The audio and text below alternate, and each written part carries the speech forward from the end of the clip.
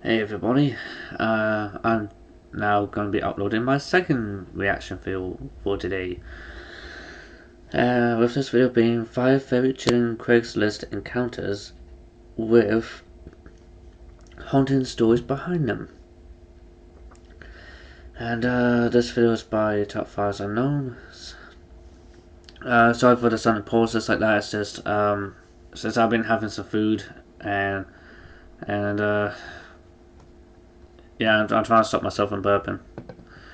Anyway, the link to this original video will be in the description box down below if you want to watch the original video on Top 5 Unknowns channel. And let's go right to it, shall we?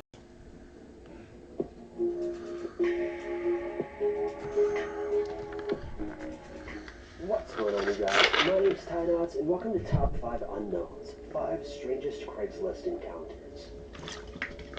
Number 5. I might have to check out Tynots' channel. When I was a teenager, I went through a raver phase and had a bunch of colorful, eccentric clothing, like furry leg warmers, hot pink go-go boots, things like that. I got over that phase, then noticed all the things sitting in my closet. I was broke, so I decided to sell them on Craigslist. I listed the hot pink go-go boots and immediately got a reply from a man. He was really weird in the emails and gave too many details that I really didn't need, almost like he was embarrassed about buying them or something. He then tells me he's buying them for his 13-year-old daughter for her Hello Kitty costume. I think this is kind of weird because the size of the shoes is a 10. And I don't know if any 13-year-old girl with feet that big, but whatever.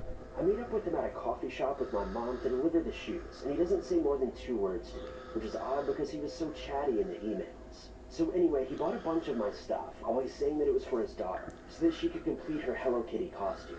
But then one day, I get this strange email from him saying something like, "Hey, I'm Blank's daughter. Don't tell my dad, but could you get me something raunchy? I really want naughty stuff." I thought this person wanted drugs or something, but he continued to message me posing as his young daughter and tried to get me to send him my used lingerie and stuff like that. I was 18 at the time and noped right out of there and never emailed him back. I also never heard from him again. Smart move. Smart move. Whoever shared that story, you definitely done the right thing by not by ending your contact with that person. Number 4. First of all, I live in Oakland, so this should explain the story. I arranged to meet up with some random guy at a BART station in Oakland to sell my PS3. I'm waiting at the station when all of a sudden this ghetto guy pulls up and asks me if I'm the guy with the PS3. He then tells me to follow him to his house in order to see if it works. I didn't think much of it, so I did. I followed him up to East Oakland, which is one of the most dangerous parts of Oakland. We pull up to an apartment and both get out, and he says, "Come in." At this point, I was very nervous, so I grabbed my knife from my car and followed him in just in case. Once I walked into the house, I saw that there were a bunch of wannabe gang members sitting around a table with almost a pound of marijuana and multiple guns. I told the guy, "Look, I don't want any trouble."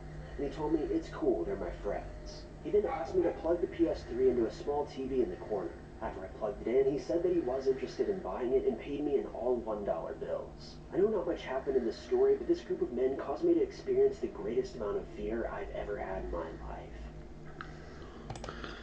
Hey, dude, just be grateful they didn't take it any further than that, because at least they at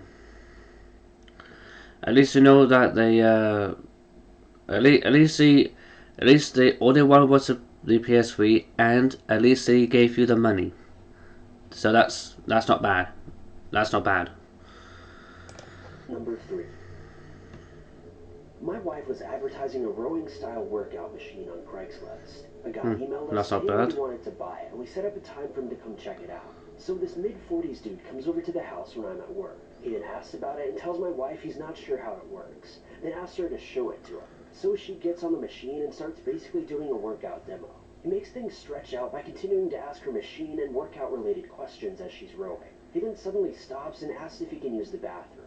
He goes in and stays, and stays, and stays. He then comes out and abruptly leaves the house. Now, of course, my wife knew something was up, because he was in there for so long and left so oddly, but she couldn't figure out what he was doing. She then messaged me on the phone as she's trying to figure it out, and my first thought was that he stole some of my medications. She then counts them, and it looked like he may have taken a few Xanax, but it's no big deal.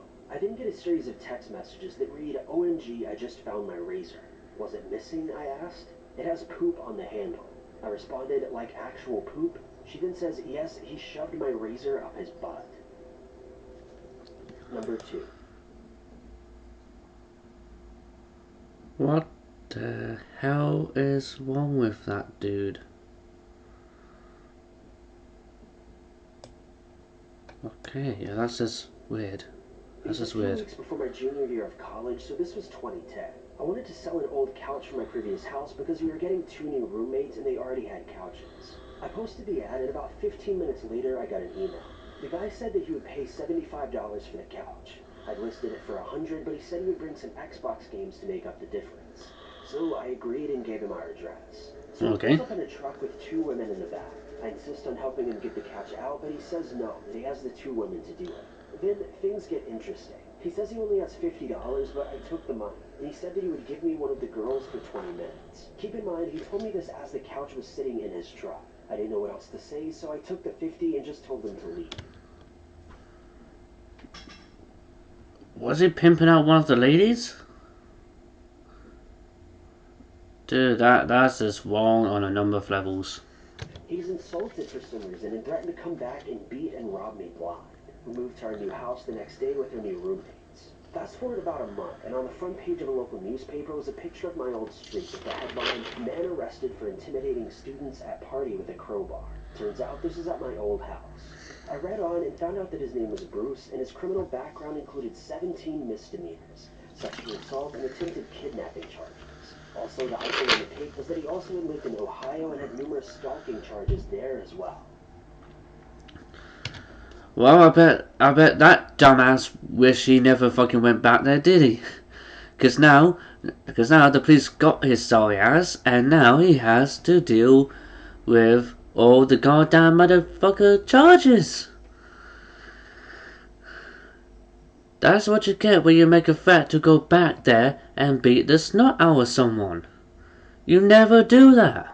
Unless you want to be an idiot like this guy and end up getting arrested. Number 1. I posted an ad selling my Beats headphones. A potential buyer called me and offered to buy the headphones, even though he sounded like he was 13 years old at the most. We agreed on a time to meet at the east side of town. He called me several times while I'm on the way to remind me to call him when I'm turning onto the street.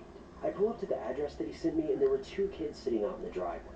I go to greet the kids, hand over the headphones for inspection, and one of the kids pulls a gun from behind his back, then shoves it into my chest saying, "Just get out of here," over and over.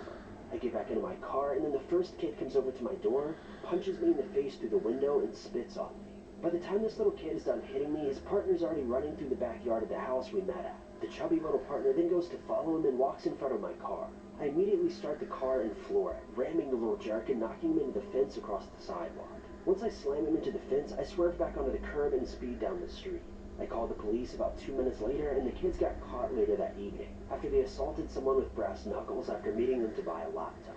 I got a letter in the mail a few months later saying that they both received 15 years in prison, even though they were only minors. Well, that's what they get. Yeah, see kids, this is why you shouldn't do what those 2 kids did in the last one. Because if you do, long story short, you're basically gonna, and I do apologize with how rude this is probably gonna sound, but you basically will have just fucked up the rest of your goddamn life. Because now, those 2 kids, they're not gonna be able to date any of the girls that either of them were attracted to at their school, because they're not gonna want to date either of those 2 for what they did. And any dream jobs that those 2 dudes had, like either in computer program or maybe a tech shop like Craiglists and PC World, I don't think they're gonna hire those 2 kids, because obviously those 2 kids basically went and done that and got 15 years to life each. Anyway, if you want to go watch this original video without my commentary, the the link to this original video will take you to this original. I need to learn how to speak again, apparently. So there will be a link to this video on Top 5 Unknowns YouTube channel. And to any young person out there watching this video, don't do what those kids did, or anyone else in this video that want to be creeps and whatnot, because it will end badly for you.